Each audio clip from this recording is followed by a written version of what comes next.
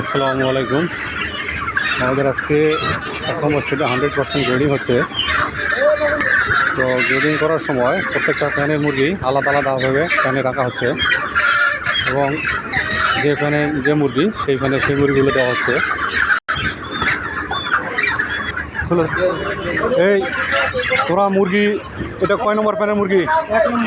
1 নম্বর প্যানের মুরগি। তোমরা তো ঠেলেও নিয়ে যাইতে পারো, না নিয়ে গিয়ে হাত দিয়ে তুলে নিয়ে যাচ্ছ কেন?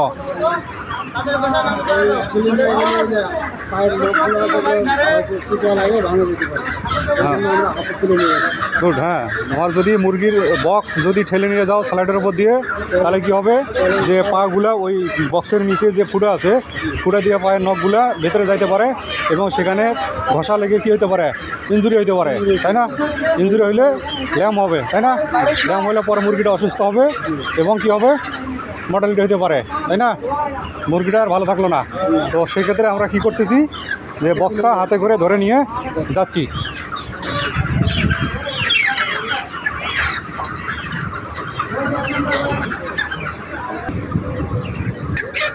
অর্থাৎ তোমরা তো গুনতেছো, তাই না?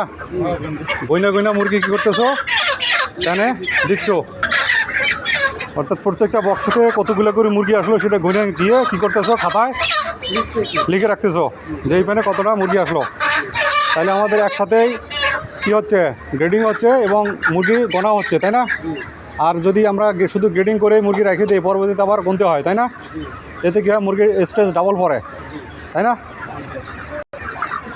অর্থাৎ আমাদের মুরগি গ্রেডিং করার সাথে সাথেই আমরা কাউন্টিং করতেছি যে কোন প্যানে কতগুলো মুরগি যাচ্ছে, সেটা খাতা হিসেব করে রাখতেছি। তো এক্ষেত্রে দ্বিতীয়বার আমাদের মুরগি কাউন্টিং করা লাগতেছে না। আর যদি একবারেই আমরা কাউন্টিং করতাম, মানে গ্রেডিং করতাম, তাহলে পরবর্তীতে কাউন্টিং করার জন্য আবার আলাদাভাবে মুরগি ধরা লাগতো। এতে সময় যাইতো এবং আমাদের মুরগির একটা স্ট্রেসও পড়তো বা ধকল আসতো।